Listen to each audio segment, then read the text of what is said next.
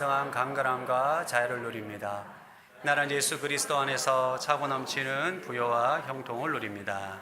아멘. 믿는 대로 될지어다. 이번 주 우리가 살펴볼 제자는 빌립 사도입니다. 빌립이라는 말은 말을 사랑하는 자.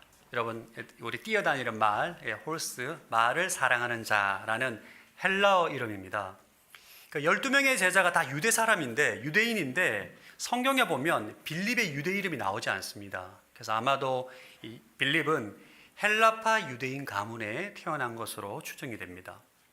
참고로 사도행전 6장에 보면 에디오피아 내시에게 복음을 전했던 그 빌립과 동명이인인데, 그 빌립은 빌립 집사고 오늘 나눌 빌립은 사도 빌립입니다. 빌립은 안드레와 베드로의 같은 고향 갈릴리 베세다 사람입니다. 그는 예수님이 직접 빌립에게 찾아가서 나를 따르라 라고 콜링하신 최초의 제자이기도 합니다. 빌립에 관해서는 마태와 누가에는 이름만 나오지 빌립에 관한 이야기가 나오지 않습니다. 유일하게 요한복음에만 빌립에 관한 내용이 나옵니다. 오늘 요한복음 6장 14장에 나오는 빌립을 통해서 참된 제자들과 함께 배우기를 원합니다. 첫 번째 교훈은, 여러분, 제자는 상식과 이성을 넘어설 수 있어야 됩니다.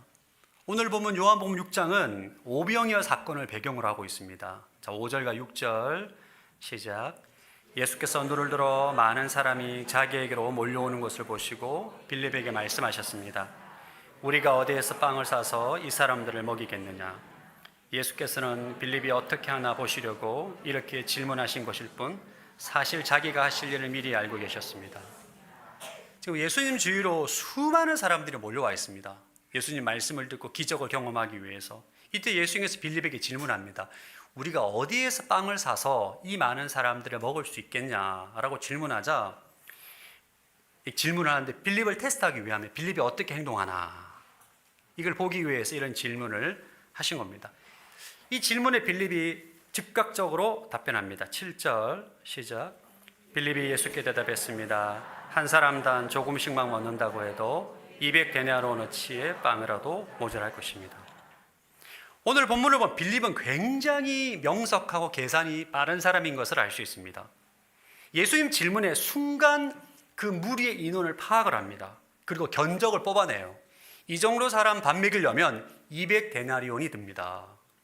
200데나리온은 노동자 200일의 품삯입니다.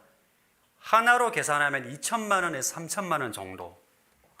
이 당시에 무리의 오병이어 사건 때 남자만 5천 명이거든요.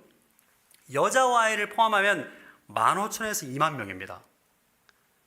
그러니까 3천만 원 정도 금액으로 2만 명 정도 식사를 살 수가 있는데, 문제는 여러분, 혹시 2만 명의 식사를 한 번에 구입할 수 있는 식당이 있을 것 같습니까? 이마트도 감당이 힘듭니다. 이 정도면.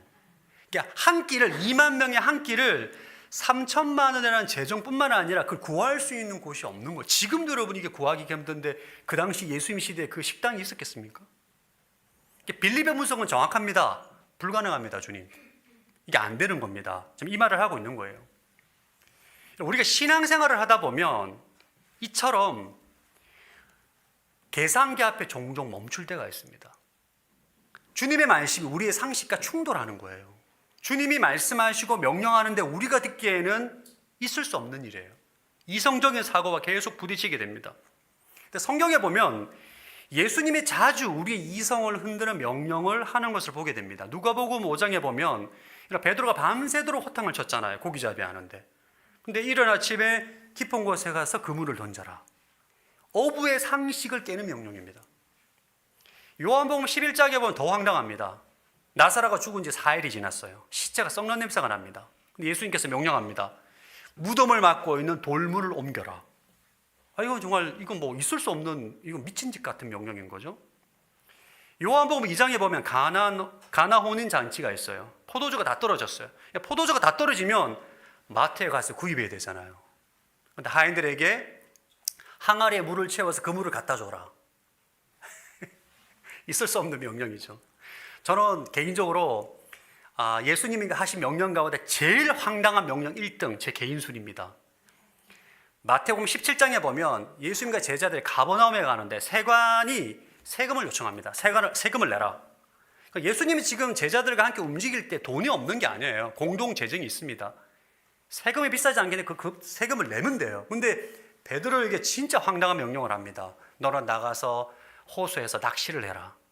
낚시해서 물고기를 잡아 물고기 입에서 1세겔짜리 동전이 나올 거다. 그걸 꺼내서 세금을 내라는 거예요. 여러분, 황당하지 않습니까? 여러분은 믿음이 너무 좋으세요. 제가 만약에 갔는데 영민아, 태안의 앞바다 가서 낚시를 해라. 물고기를 잡으면 그 안에 100원짜리가 하나 있을 거다. 그걸로 서산시청 가서 세금을 납부하고 와라. 이런 거잖아요 지금. 여러분, 물고기를 잡았는데 물고기 입에 동전이 있을 확률이 몇 프로일 것 같습니까? 제가 볼 때는 0%입니다. 이거는 우리의 상식과 이성적인 사고를 다 깨는 명령이에요. 이런 명령이 성경에는 한두 개가 아닙니다. 여러분, 하나님이 왜 우리의 이성과 상식을 뛰어넘는 요구와 명령을 하실까요? 왜 우리의 상식을 깨트릴까요? 여러분, 예수님이 상식이 없는 분이십니까? 그분은 상식을 창조하신 분입니다. 우리 이성적인 사고를 창조하신 분이라고요. 근데 왜 우리의 이성적인 사고와 상식을 깨실까? 왜 이런 말도 안 되는 명령을 하실까? 이유는 하나입니다.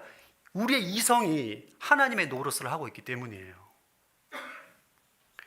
우리가 우리의 경험과 계산기에 기초한 신앙생활의 습관을 버리고 예수님의 말씀을 신뢰하게 하도록 하기 위함입니다. 사실 우리의 상식이 깨지는 그 지점이 주님의 역사를 경험할 수 있는 믿음의 현장이 되는 것입니다. 여러분들 혹시 지금 삶의 현장 가운데 아무리 계산기를 두드려 봐도 답이 안 나오는 답답한 상황에 직면하고 계십니까? 아무리 계산기를 두드려도 재정 문제가 해결이 안 되는 거예요.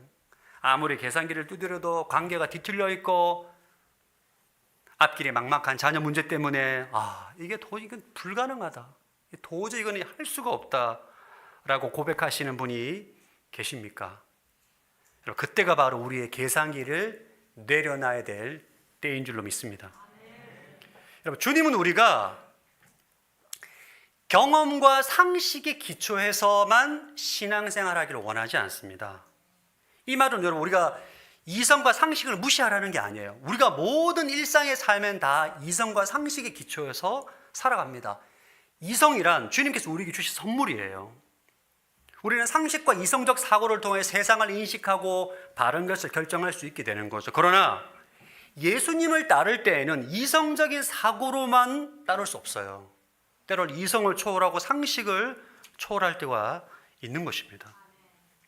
제자는 이성을 무시하는 사람이 아니라 이성 너머에 계신 주님의 권능을 신뢰하는 사람입니다.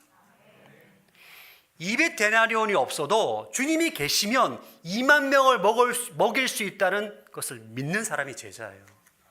저와 여러분이 그러한 사람이 되길 바랍니다. 밤새도록 허탕을 쳐도 주님 말씀하시면 깊은 곳에 가서 그물을 내리는 사람이 바로 제자입니다. 시체가 썩어서 냄새가 나도 주님 명령하시면 돌을 옮기는 사람이 바로 제자입니다. 여러분, 우리가 사실 예수님 믿고 신앙생활 하시면 저는 개인적으로 계산을 많이 해요. 제가 또 공대 출신 아닙니까? 4년 내내 큰 계산기, 공학 계산기 들고 맨날 계산기만 두들고 살았습니다. 이 습관이 잘 안 벗어나더라고요. 그러니까 어떤 모든 선택의 길에서 사실 하나님의 사람들은 사실 이성적으로 상식으로 계산을 하지만 우리가 궁극적으로 주님의 말씀을 믿고 신뢰하며 나가야 되는데 우리 안에 계산기를 두드리고 계산이 나오면 움직이고 계산이 안 나오면 포기하고 이것이 바로 빌립의 모습이고 우리의 모습입니다. 여러분 안에 그런 모습은 없는지요? 여러분, 우리가 우리의 상식이 깨지는 그 지점에서 살아계시고 역사하시는 진짜 주님을 만나는 은혜가 있게 되기를 주의 이름으로 축복합니다. 빌립을 통해 배우는 두 번째 교훈은 고정관념의 틀을 깨라는 것입니다. 요한복음 14장에 나오는 이 본문은 지금 예수님께서 십자가에 달려 돌아가시기 전날 밤에 제자들과 나누는 대화입니다. 최후의 만찬을 하시고 제자들과 대화를 하고 마지막 설교를 하세요. 마지막 고별 설교를 할 때 빌립이 손을 들고 질문합니다. 8절 시작. 빌립이 말했습니다. 주여 우리에게 아버지를 보여주십시오. 그러면 저희가 더 바랄 것이 없겠습니다. 사실 예수님 입장에서 볼 때는 황당한 질문입니다. 3년 동안 예수님과 빌립은 동고동락했습니다. 수많은 예수님 말씀을 다 들었어요. 그리고 기적은 다 봤습니다. 죽은 사람이 살아나고 오병이어가 일어나고 또 안전백이 일어나고 기머리가 들리고 장님이 눈을 뜨는 3년 동안 인류 역사상 이렇게 수많은 기적과 능력을 체험한 사람이 없어요. 근데 빌립을 다 보고 난 다음에 이제 내일 예수 십자가에 이제 달려 돌아가시 전날 밤에 예수님 하나님을 보여주십시오. 이런 거죠. 제가 3년 동안 서선 오늘에게 설교 다 하고 난 다음에 주기도문까지 다 했는데 목사님 기도를 가르쳐 주세요. 이런 상황인 것입니다. 이때 이제 빌립이 말합니다. 하나님을 난 보지 못했다는 거죠. 하나님 보여달라는 거예요. 이때 예수님께서 탄식하면서 책망합니다. 9절 시작. 예수께서 대답하셨습니다. 빌립아, 내가 그렇게 오랫동안 너희와 함께 있었는데도 내가 나를 모르느냐? 누구든지 나를 본 사람은 아버지를 본 것이다. 그런데도 내가 어떻게 우리에게 아버지를 보여주십시오라고 말하느냐? 예수님 입장에서 황당한 거죠. 나를 보면 아버지를 보게 되는 너는 왜 아직까지 하나님을 보여달라고 말하느냐? 빌립이 왜 예수님과 3년 동안 동거했음에도 불구하고 하나님을 보지 못했다고 말할까요? 이유는 하나님에 대한 고정관념 때문입니다. 고정관념은 하나님을 보지 못하게 합니다. 빌립은 구약 성경을 잘 아는 사람이었어요. 그가 가지고 있는 고정관념이 뭐냐 하면 모세처럼 시내산에서 번개와 구름으로 이렇게 장엄한 광경으로 봐야 하나님을 만났다라고 가지고 있는 인식인 거죠. 고정관념인 거죠. 이사야가 환상 가운데 성전을 가득 채운 그런 아주 장엄한 광경들, 이것을 생각한 거예요. 하나님은 화려하고 위험 있는 모습으로 나타나야 된다라는 고정관념을 가지고 있는데 예수님은 지금 눈앞에 너무 초라한 거죠. 목수고 가난하고 연약한 육신을 가지고 있고 수많은 말씀을 듣고 기적을 봐도 하나님을 봤다라고 생각하지 않는 거예요. 근데 아이러니하게 여러분, 성경 지식이 거의 없는 요한복음 보면 수가성 여인은 예수님과의 짧은 대화를 통해서 하나님을 만났다라고 고백합니다. 성경을 많이 알고 그가 가지고 있는 고정관념이 많으면 많을수록 하나님을 더 만나기 어려운 상황이 성경에 여러 곳에 나옵니다. 바리새인들이 대표적인. 바리새인들 예수님께 죽은 사람을 살리고 기적과 권능을 행할 때 귀신 들렸다라고 말합니다. 그들이 왜 예수님을 죽이려고 했을까요? 그들은 율법이라는 안경을 끼고 있었어요. 안식일에 아무것도 하면 안 돼요. 근데 안식일에 사람을 살리니까 귀신 들렸다라고 말하는 거죠. 예수님의 고향인 나사렛 사람들도 예수님을 통해서 하나님을 보지 못합니다. 왜? 그들은 메시아는 화려한 가문이나 화려한 성읍에서 나와야 한다는 가문의 안경을 끼고 주님을 바라봤기 때문입니다. 엠마오로 가는 제자도 부활하신 예수님을 보고 알아보지 못합니다. 왜냐하면 그들이 가지고 있는 메시아관이 그들이 로마의 압제에서 벗어나기 정치적인 메시아관을 가지고 있었기 때문이에요. 여러분, 고정관념은 하나님을 내 수준으로 끌어내리는 영적 교만입니다. 제가 예전에 한번 청년부 할 때 저한테 굉장히 많이 이렇게 따지는 우리 청년 한 명 있었습니다. 뭐라고 하면 40일 동안 특별 새벽 기도를 했는데 교제하는 여자친구랑 헤어졌다는 거예요. 목사, 어떻게 하나님께 나한테 이럴 수가 있냐. 저한테 막 분노하고 제가 하나님입니까? 왜 나한테 화를 내는 거예요? 이게 우리가 웃지만 그 청년이 굉장히 좀 하나님에 대한 이해가 약한 거죠. 그러니까 하나님이 본인을 만들어 놨어요. 하나님은 이런 분이야. 내가 40일 동안 새벽 기도하고 간절히 기도하고 한 번도 안 빠지고 출석하면 반드시 응답해 주시는 분이야. 그 하나님이 도대체 어떤 하나님인 거예요? 그 친구가 만든 하나님이잖아요. 상상의 하나님. 근데 그 청년의 모습이 바로 우리의 모습입니다. 우리가 사실 신앙생활을 하고 하나님 말씀을 본다고 하지만 우리 안에 하나님을 만들어서 하나님은 이렇게 해야 돼, 저렇게 해야 돼, 공식을 만들고 룰을 만들고 틀을 만들어서 하나님은 이렇게 해야 돼 라고 신앙생활하는 사람들이 의외로 많습니다. 여러분, 축복의 안경만 쓰고 살아가는 사람들은 고난 가운데 함께 하시는 주님을 보지 못해요. 하나님의 사람 반드시 축복받아야 돼. 안경이 축복만이에요. 축복만 안경. 이성의 안경만 쓰고 있는 사람은 신앙생활을 다 그러니까 헌신도 계산기를 두드려 놓고 헌신이 나와야만 헌신하는 거예요. 계산기를 두드리고 이게 적정하게 나와야만 뭘 할 수 있게 하는 이성의 안경만 쓰고 있는 사람은 기적을 보지 못합니다. 기대의 안경을 쓰고 신앙생활하는 사람들은 내 기대에 어긋나는 것이 연출이 되면 괴롭습니다. 주님을 원망하기도 하고. 사랑하는 성도 여러분, 여러분 안에 있는 잘못된 하나님에 대한 고정관념을 깨시기를 축복합니다. 안경을 벗어야 돼요. 그래야만 사람의 모습으로, 고난의 모습으로 와 계시는 진짜 하나님을 볼 수가 있는 거예요. 근데 이게 참 어렵습니다. 우리 안에 어릴 때부터 쌓아온 경험들, 이런 지식들, 이런 것을 통해서 우리 안에 가지고 있는 영적인 고정관념인데 그걸 깨야 돼요. 이 고정관념을 어떻게 깰 수 있을까?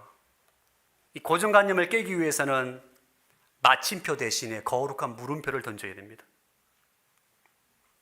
여러분들이 어떤 분석이 끝났을 때 계산기를 두드렸잖아요. 이건 절대 안 돼, 불가능해 라고 마침표를 찍는 대신에 내 계산으로는 불가능하지만 주님께서 무엇을 하실까? 물음표를 던지는 거예요. 어떤 사람을 우리가 관계할 때 어떤 사람이 판단이 될 때가 있습니다. 저 사람은 원래 저래. 저 사람은 답이 없어. 저 사람은 포기하자. 이렇게 단정 짓는 마침표를 찍는 대신에 저 사람을 향한 하나님의 계획은 무엇일까? 물음표를 던지는 것입니다. 어떤 상황에, 절망적인 상황에, 재정 문제든 관계 문제든 자녀 문제든 절망적인 상황에 직면해서 이제 끝났다, 이제 어떻게 할 수가 없다 라고 마침표를 찍는 대신에 사방이 다 막혀있는 이 상황 가운데 하나님은 어떻게 하늘문을 여시고 이 상황을 연출하실까? 질문을 던지는 것입니다. 여러분들이 고정관념을 가지고 있잖아요. 그러면 하나님이 일하실 수 있는 공간이 없어요. 단정짓기 때문에. 여러분, 안 믿는데 어떻게 하나님께서 안 믿는데. 그러나 마침표를 제거하고 물음표를 바꿔야 돼요. 할렐루야. 여러분이 물음표를 찍는 순간 여러분이 내 이성의 보좌에 내려와서 은혜의 자리로 이동하게 됩니다. 그리고 나의 교만이 멈춰지고 주님의 임재가 시작되고 여러분의 영적인 눈이 열리게 되는 것입니다. 아멘. 이거는 굉장히 중요한 하나님의 메시지입니다. 이 질문 한 가지가 여러분의 눈을 바꿉니다. 그때부터 보기 시작하는 거예요. 그때 보이는 거예요. 하나님 어떻게 2만 명을 어떻게 먹입니까? 이게 아니라 주님께서 어떤 방법으로 먹이실까? 그때 역사하시는 주님의 움직임이 보이기 시작하는 것입니다. 거룩한 물음표를 통해 여러분의 영적인 눈이 열리게 되기를 축복합니다. 빌립의 제자도 세 번째 교훈은, 여러분, 제자는 하나님을 갈망해야 합니다. 저는 빌립을 묵상하면서 너무 저를 닮았어요. 할렐루야. 제가 사실 굉장히 현실주의자거든요. 저는 굉장히 현실주의자고 철저한 저는 현실주의자인데 너무 빌립이 그런 거예요. 계산이 빠르고 분석이 빠르고, 그리고 자신만의 고정관념으로 틀이 강한 사람. 제가 사실 그런 사람인데 이런 사람을 예수님께서 어떻게 제자로 뽑았을까? 이게 질문이 들더라고요. 그런데 말씀을 찾아보니까 예수님께서 빌립을 제자로 뽑은 이유를 발견했습니다. 왜 그를 이렇게 사실 제자로 부르기에는 참 부족함이 많은 사람인데 왜 빌립을 뽑았을까? 이유는 하나입니다. 하나님을 향한 순수한 갈망이 있어요. 우리 8절 말씀 읽어보겠습니다. 시작. 빌립이 말했습니다. 주여 우리에게 아버지를 보여주십시오. 그러면 저희가 더 바랄 것이 없겠습니다. 이 상황이 지금 모든 제자들이 예수님의 죽음을 거의 이제 직감합니다. 떠나게 되든지 돌아가시든지 뭔가 큰 일이 일어나게 될 거다. 굉장히 두려움과 근심과 염려 가운데 있을 때 빌립이 뭘 요청하냐? 예수님 저에게 집을 한 채 마련해 주십시오. 저에게 뭐 어떤 자리를 이런 걸 요구하지 않아요. 빌립은 주님 우리에게 하나님 아버지를 보여주십시오.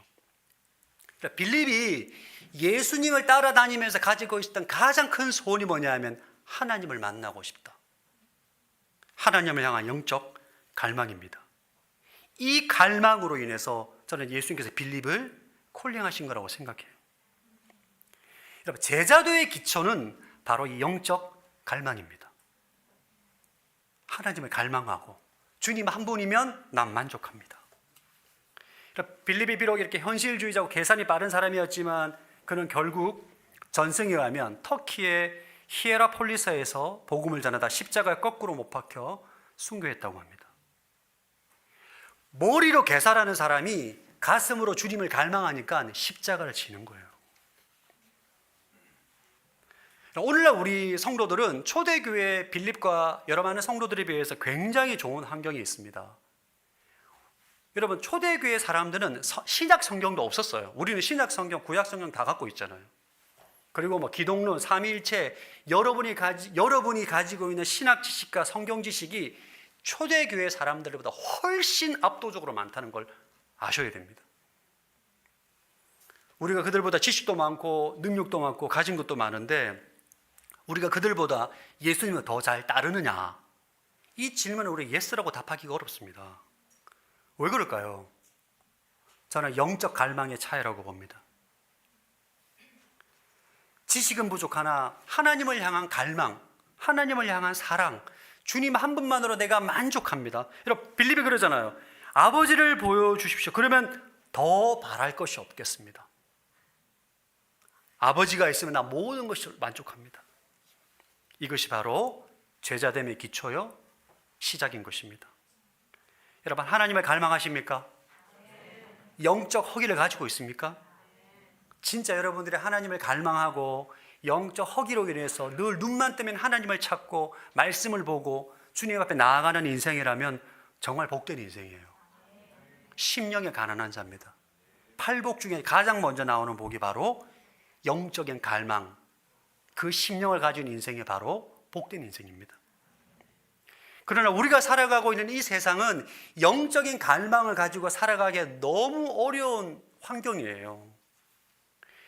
우리의 영적 허기를 세상의 헛된 것들로 다 채웁니다. 예. 우리 주의 영상, 유튜브, 넷플릭스, 오락, 즉각적인 도파민으로 우리의 영적 허기를 일시적으로 배불리고 마취시키는 세상의 것들이 너무 많아요. 여러분, 혹시 주위에 보면 우리 아이들 보면 정말 몸에 안 좋은 불량식품을 배채고 난 다음에 10만 원, 20만 원짜리 호텔 가서 아무것도 안 먹는 아이들 보셨습니까? 불량식품은 배채하고 정작 좋은 스테이크집 가서 아무것도 안 먹어요. 배부르니까. 이게 오늘날 우리 현대인들의 모습입니다. 제가 많은 성도분들에게 이제 들었던 얘기, 모태신앙으로 이제 자녀를 양육하잖아요. 어릴 때는 다 가정예배 잘 드린대요. 동의하시죠? 다 잘 드리고 막 정말 가정예배 너무 좋아하고 함께 찬송하고 말씀 듣는데 언제부터 그렇게 가정예배를 안 드리고 하나님을 외면하냐 물어보니까 제가 공통 답변 1등을 발견했어요. 핸드폰을 지급한 이유로 안 된다. 핸드폰을 지급한 이유로는 여러분, 핸드폰으로 뭐 게임하죠, 뭐 영상 보죠, 오락하죠. 너무 재밌잖아요. 가정예배 드리는 것보다 10배 재밌거든요. 예. 이게 우리 아이들만의 문제일까요? 우리도 똑같습니다, 사실. 우리도 마찬가지예요.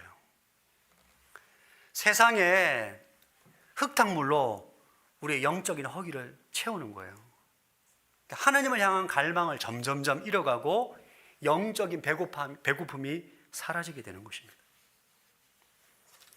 그럼 잃어버린 영적 갈망을 어떻게 회복해야 될까요?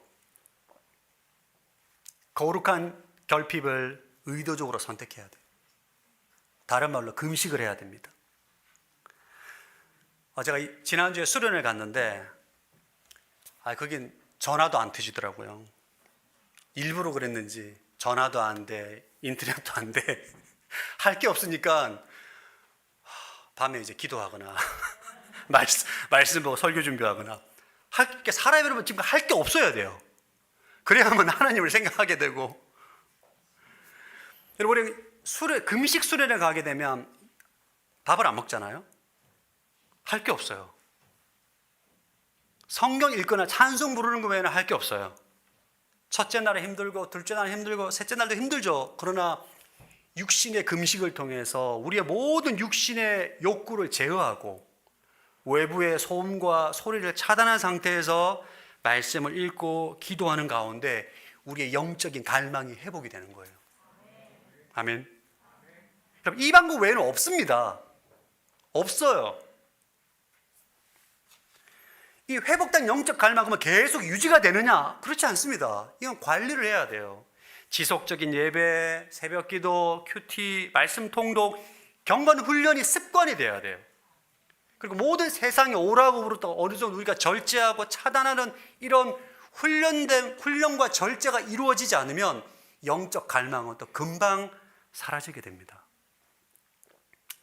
그래서 여러분들 특별히 새벽 기도를 강조하고 싶습니다. 할렐루야. 왜냐?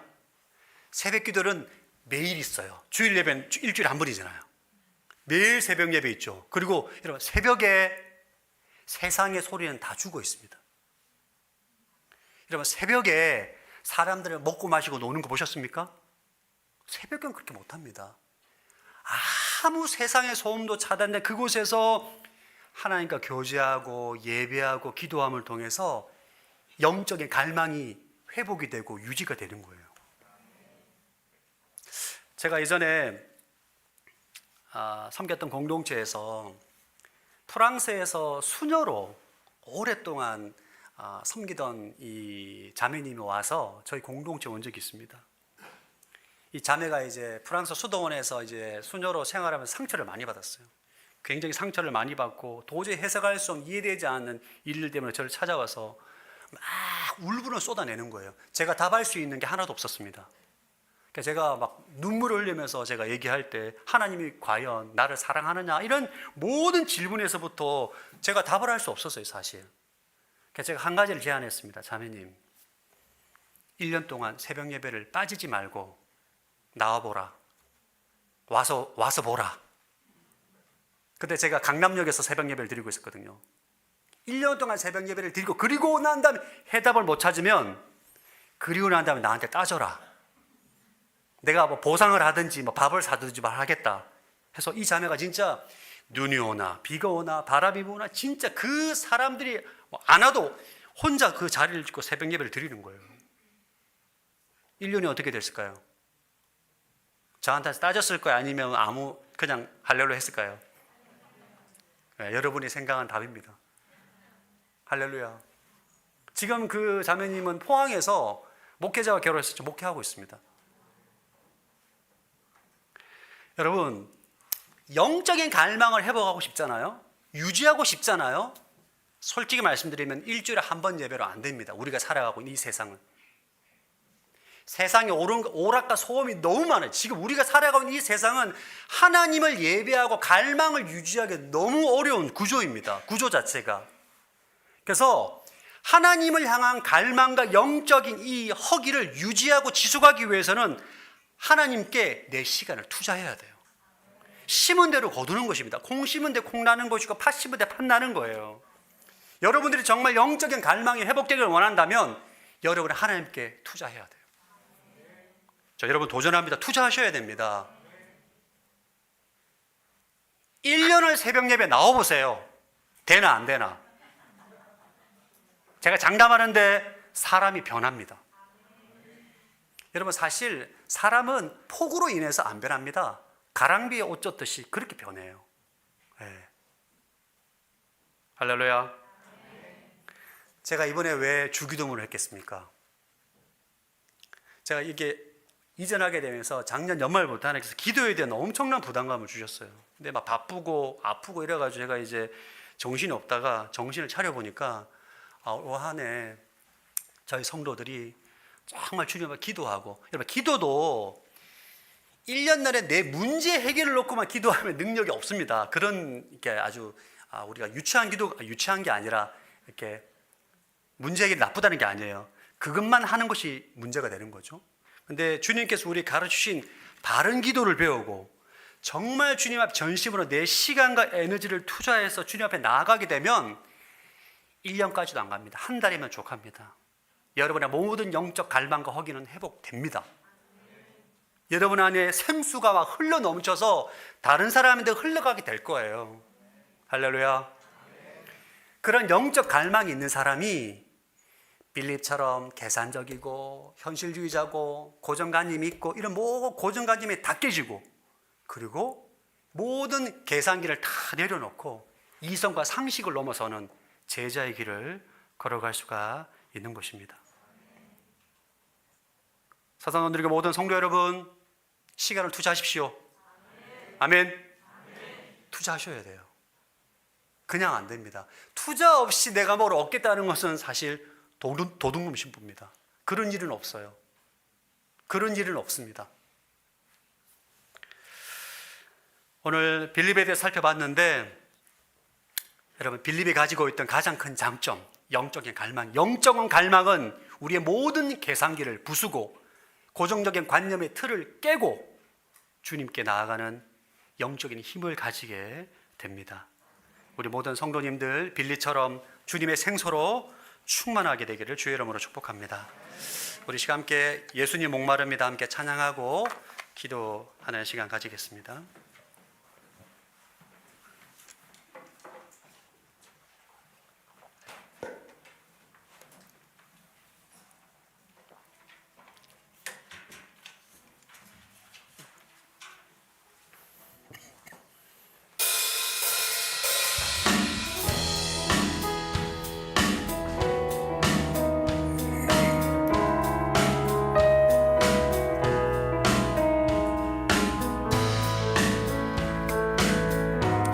사모하는 마음으로 함께 찬양합니다. 예수님 목마릅니다.